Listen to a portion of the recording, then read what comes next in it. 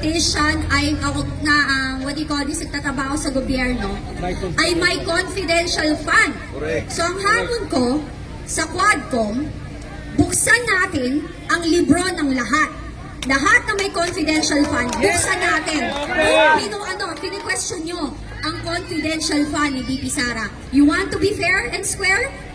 Maging transparent tayo. Ilantad natin lahat kung wala kayong tinatago. Yun lang po. Tuloy po tayong lumaban sa tama at wag po tayo mawala ng lakas ng loob. Magpatuloy kasi alam ko po, mananalo tayo. Yeah! Magandang gabi and mahal ko po kayo and alam ko mahal natin ang isa't isa.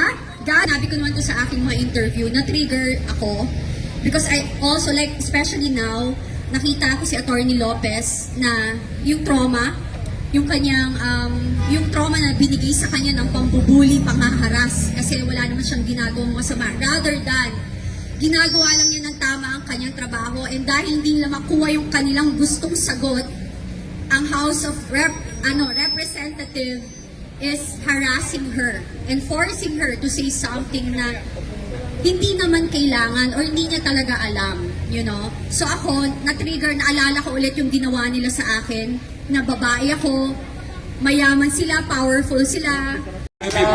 Kamusta kayo? Ma'am, alam mo actually, kanina pa kami ni partner Placido nagsasalita dito, wala po kasing ganda ng ngiti nila ngayon na nakita ka. Wow! Paano yung masasabing mga bias to mga to? Yan, ang supporter si VP Sara Yan! ay hindi bayaran. Yan! Tama. Sigurado yan. At talagang nagmamahal sa bayan. Di po ba? Maraming salamat po sa pagdating dito. Nandito po ako para suportahan si VP Sara at si Attorney Lopez dahil ako po ay isang babae din na naging biktima ng bullying, harassment ng administrasyon. And katulad din po ng nakararami dyan na ibang biktima is hindi ho kami bayaran at nagsasalita ho kami dito, katulad ko, isa ho ako doon, na sinalang ko ang aking buhay at buhay ng aking pamilya. Naway, magpatuloy po tayong sumuporta kasi karapatan po natin na ipaglaban ang ating karapatang pangtao. At ako po, ang hinihiling ko lang din po sa inyong lahat is wag niyo hulang ding lahatin ang kapulisan at kasundaluhan na masama silang lahat. Hindi po. Kasi marami rin po akong kaibigang taga doon at may mga kamag-anak din po akong taga doon. Kaya alam, may first hand na kaalaman. At ako po, katulad nyo, ako'y bilib na bilib po sa katsagaan nyo. Sa pagmamalasakit nyo na pumunta dito, hindi po yan sa dami. Kundi po sa lakas ng loob, taus-pusong pakikibaka at pakikipaglaban. Kasi kapag taus-puso po ang ating intensyon, tayo po ay magwawagi, lalo na po kapag ang Diyos ang ating gabay. Yan. Yun po. So, tayo po, patuloy po tayong lumaban sa ating karapatan dahil tayo po ang nagpapasweldo sa kanila. Ang House of Representative is House of the People. Ang taxes po natin ang nagbabayad sa kanila. Wala po ditong kung sino yung mas mataas, kung sino yung nakaposisyon, hindi po ganon. Dito po, dapat po, ang loyalty nila is pro-people. Dapat po, ang kanilang katapatan is para sa bayan, hindi po para sa kanilang mga pansariling bulsa. So, ako po, maraming salamat po sa inyong lahat ulit at magpatuloy po tayong lumaban sa tama at wag po tayo mawala ng lakas ng loob. Magpatuloy kasi alam ko po, mananalo tayo. Yeah! Magandang gabi and mahal ko po kayo and alam ko mahal natin ang isa't isa. God bless everybody. Ma'am, ang ganda ng ngiti nila nung sinabi mo mahal mo sila. I love you guys. Thank you, ang sisipag nay. Ano mo, ang nanay, yan talaga ang what do you call this, ang ilaw ng tahanan. Oh, yung mga lalaki naman, ma'am, Ang lalaki, taga-pundi ng ilaw ng tahanan. ang lalaki ang pundasyon. Pundasyon. Gumagawa ng tahanan, pero ang nag-maintain ang mga nanay. Tama. Pero Di po ba? parang sa Senate at saka sa Congress, magapundi yata ang ilo ng tao. Ay kasi may kilay na. Alam mo na. Joke. Hindi na rin sila. Alam niyo yun. So maraming salamat po at babalik po ako ulit. Tama. Actually may sakit ako kaya nalita ko. Pwede isang tanong, Miss Kate. Sige, go. Ayan, Miss Kate, una, Mike. Sige, sabihin mo sa akin, sasabihin ko sa kanya. Ikaw na lang. Ayan, Miss Kate, una sa lahat, maraming salamat at nagpaunlak ka po rito ngayon.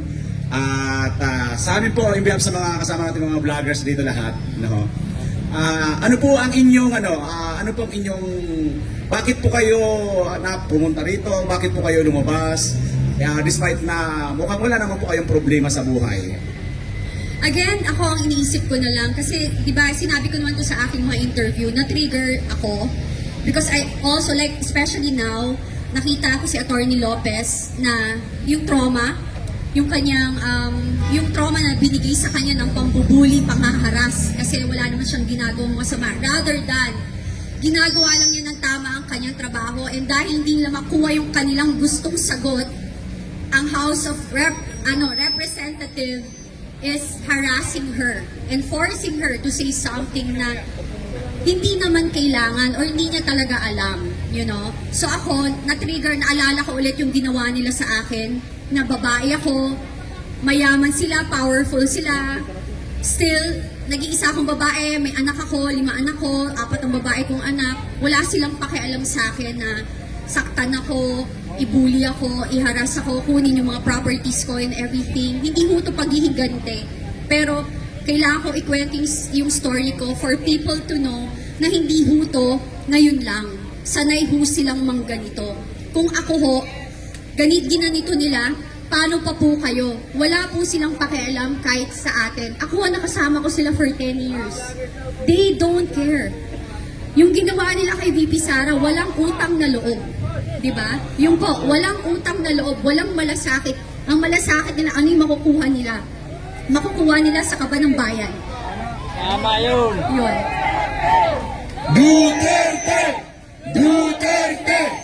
Duterte! Duterte! Yun po. Okay na? Hi? Okay. Okay na? Ano na? Ayan. Okay na. Hindi kasi magtatanong sana tapos hindi, tapos magtatanong sana kasi po may starstruck sa inyo.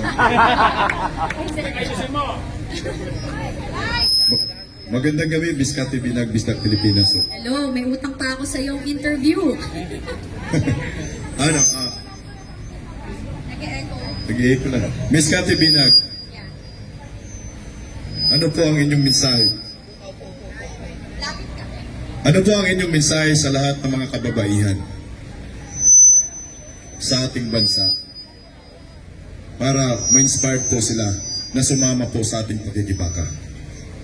Sa akin po, sa aking kapwa kababaihan, ang akin lang masasabi is kung kayo ay may pangarap na mabigyan ng magandang kinabukasan ang iyong magiging anak at mga apo, dapat po tayo ay maging asset bilang partner or asawa ng ating mga mapapangasawa, boyfriend or everything. How? Paano po tayo magiging asset? Kailangan po tayong matutong lumaban at makibaka sa buhay.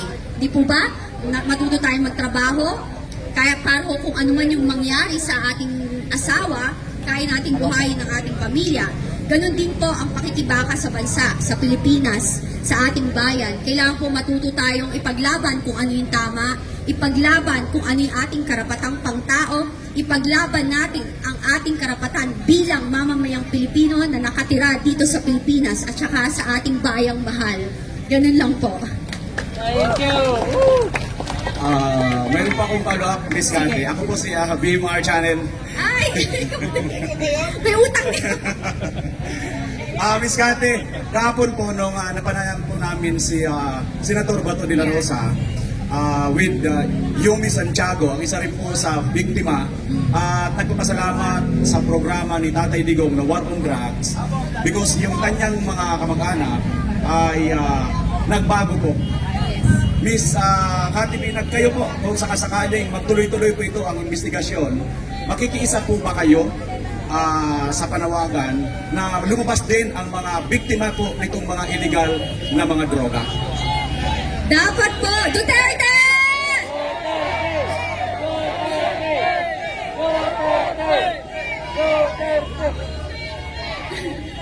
Nakakatuwa.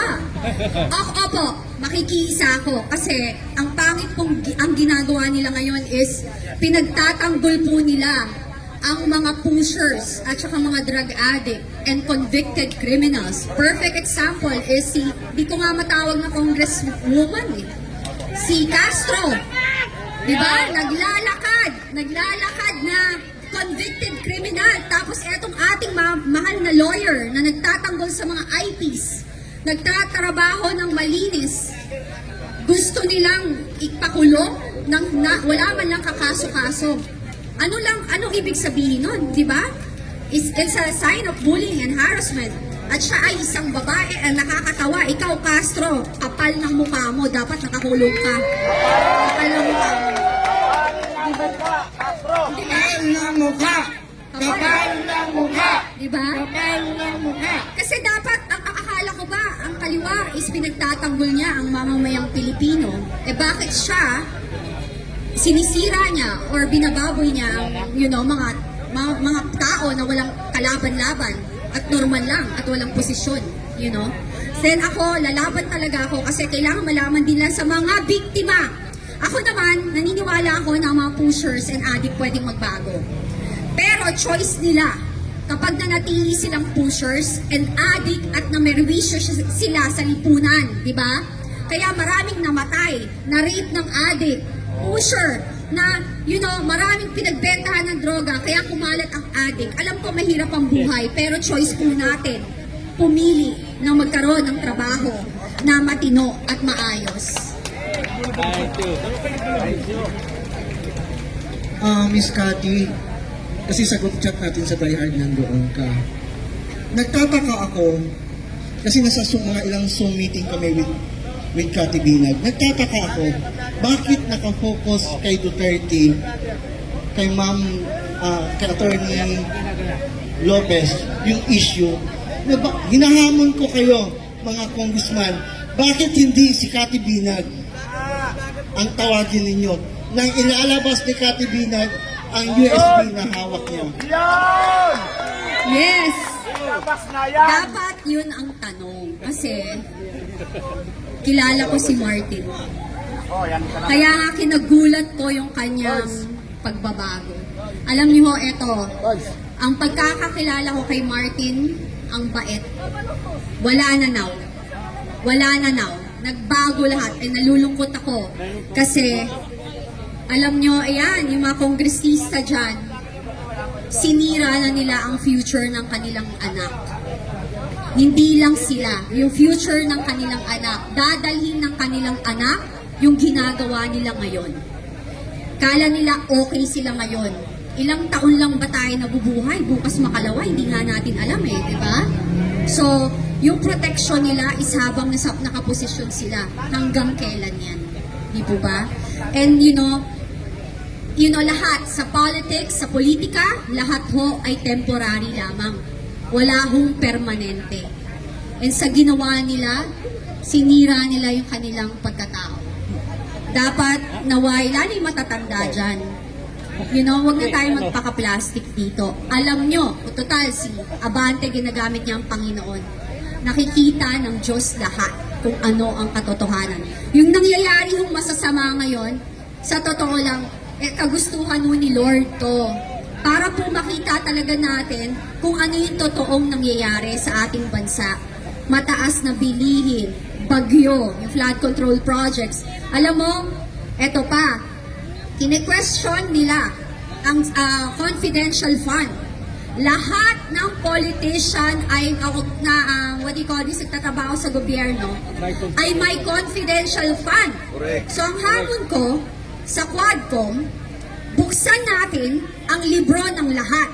Lahat na may confidential fund, buksan natin.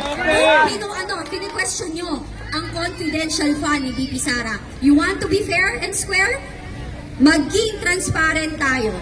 Ilantad natin lahat kung wala kayong tinatago. Yun lang po. Miss Cathy Binag, follow-up question na po. Balikan lang ho natin yung issue sa drugs tungkol po kay Bongbong Marcos.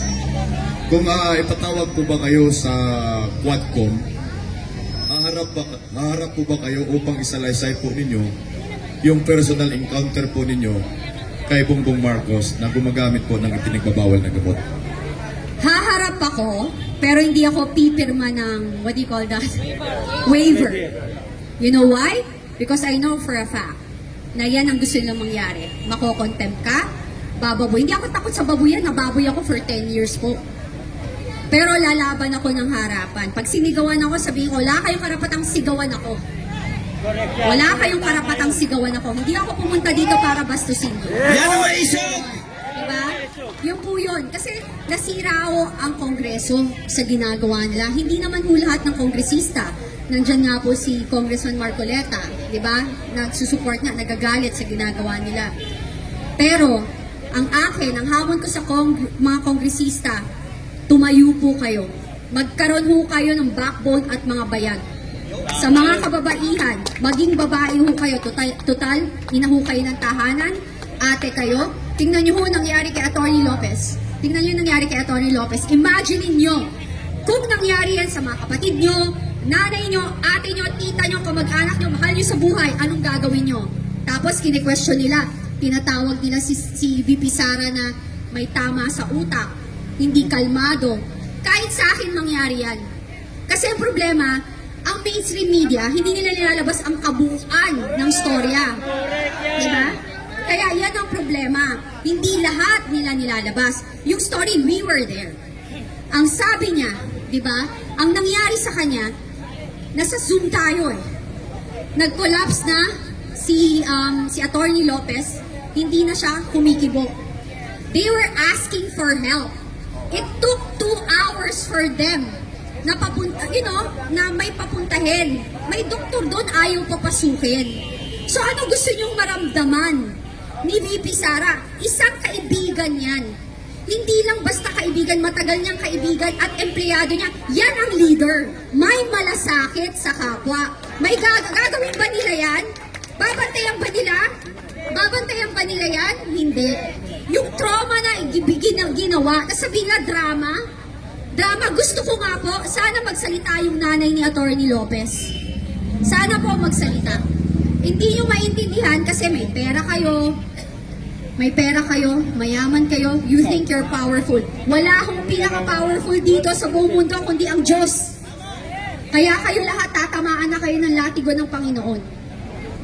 Yun lang po. Miss Cathy Binag, final question na lang po. Last na lang. Nung na-interview po kayo ni Maharlika, ang sinabi niyo na meron kayong hawak na USB kung saan ikwento mo lahat yung pagkakilala at pagsasama ninyo ng dati ninyong boyfriend. Kasama po si First Lady Alisa Aranita at saka si Bongbong Marcos. Kailan nyo po yan ilalabas? Meron na may hawak, lalabas na yan soon. Yun. Yun lang. Simpleng sagot. Last question, Miss Cathy. Kaya, yung sa mga nagko-call na ilabas ko na, let me do give me my time. Yes. Hindi ho tayo pwedeng magpadalos-dalos. Alam niyo ho yun? A friend of mine even told me, yung hawak mo, Cathy, can put this administration down. So yung sinabi niya, kaibigan ko yan sa Congress. So ako, gusto natin, dati pa natin gustong ilabas, pero meron nang may hawak. Meron Okay. nang may hawak. Okay. So last question, Miss Cathy Binag. Galing po ito, walang iba kundi kay Placido Miloso po. Okay, Placido. Ay, Miss Cathy, magandang gabi po. Magandang gabi. Alam niyo mga kababayan, dahil po sa tapang ni Miss Cathy Binag, palakpakan muna po natin na siya ay lumantad kahit na po ang kalaban ay isang presidenteng bangag. No, lumantad po siya, nagpaliwanag, siya po ay naka-impluwensya ngayon at nakakuha ng inspirasyon ang mga biktima ng droga. No? At meron na pong isang sumabay kay Miss Cathy Binag. No, yan po ay nagngangalang si Miss Yumi Santiago na aking kababayan sa Bataan. Maisog din po siyang lumabas at nagsiwalat kung ano ba ang buhay ng isang naging biktima ng droga. Ang tanong, Miss Cathy Binag, Ano? kung sakali ba na mas marami pang may inspire sa inyong matapang na paglantad at kayo ay higayating pangunahan na magsilabas at manawagan sa ating gobyerno ng isang masusing investigasyon, titindigan nyo ba ang mga biktima ng illegal na droga? Sa tingin mo ba, Placido, hindi ko titindigan? Sasagutin ko na yan! Oh! Yes! Nananawagan ako sa kapwa ko, biktima, pamilyang na biktima ng mga gumagamit ng droga, namatayan dahil pinatay ng adik, namatayan dahil pumasok sa pagbebenta ng droga ang kanilang kapamilya, ang mga nabiktima ng mga adik na nahagahasa, naharas, at nasira ang mga buhay dahil sa pagdodroga, sabayan niyo po kami. Nandito po ako, tutulungan ko po kayo. Kahit maghirap ako. Palakpakan po natin si Miss Cathy Binag. Kaya Miss Yumi Santiago, kami po ay nananawagan, may partner na po tayo. Kay JM Morales, nandito na po ang mga gagawa ngayon ng panibagong hearing pagdinig sa Senado at Kongreso. Palakpakan po natin. Anti-war on, anti-illegal drugs, pro-war on drugs, Miss Cathy Binag. Palakpakan po Yes. natin. Tuwing mensahe mo. Maganda po ang ginawa ni President Duterte na paglalaban. Thank you po. I love you also. I love you. I love you. I'm from Canada. Wow. Thank you so much. Yan. Maganda po ang ginawa ni President Duterte sa war on drugs. And again, sabi ko, hindi ko tinatanggal yung gusto, yung kasabihan or yung paniniwala na ang tao ay may pagbabago. Pero, nung panahon na yon, those are the safest year of our lives. Kasi takot po ang tao. Ultimo politician, takot magnakaw. Ang military, talagang ang dignidad nila, mataas ang kapulisan. Binigyan niya ng integrity, nilabas niya kasi for the longest time, nababoy ang kapulisan tsaka sundalo. And you know, there's a lot of, marami po tayong pulis at sundalo na matitino. And talagang inayos niya. And kaya ako, you know, sometimes bakit mo pinagtatanggol yung pulis at sundalo? Kasi ako naniniwala, hindi lahat. Ginagawa lang nila yung trabaho nila. Pero, pag dumating ang panahon na kinailangan talaga nilang lumaban para sa atin, they will do it. I believe in that. Kasi ano na yan? Yan ang kinasinumpaan. Tungkulin. Ganun po sila. Maniwala po kayo. Magbigay lang po kayo ng konting pasensya sa kanila. Kasi, you know, ang hirap din po ng kanilang kalagayan. Pero, sa patuloy nating pagdadasal at paniniwala sa Panginoon na ang kasamaan ay hindi mananalo sa kabutihan, tayo po ay mananalo. Di po ba? Yun lang po. God bless everyone and good night. Cathy Binag, nasa tabi kami ng Panginoon. Thank you sa suporta po. God bless, guys. Okay, publicly announce anytime. Lahat, baka ilang minuto lang mula ngayon, we try to reach out. Sinusubukan namin i-contact ang ating mahal na VP Inday Sara upang marinig nyo ang kanyang mensahe.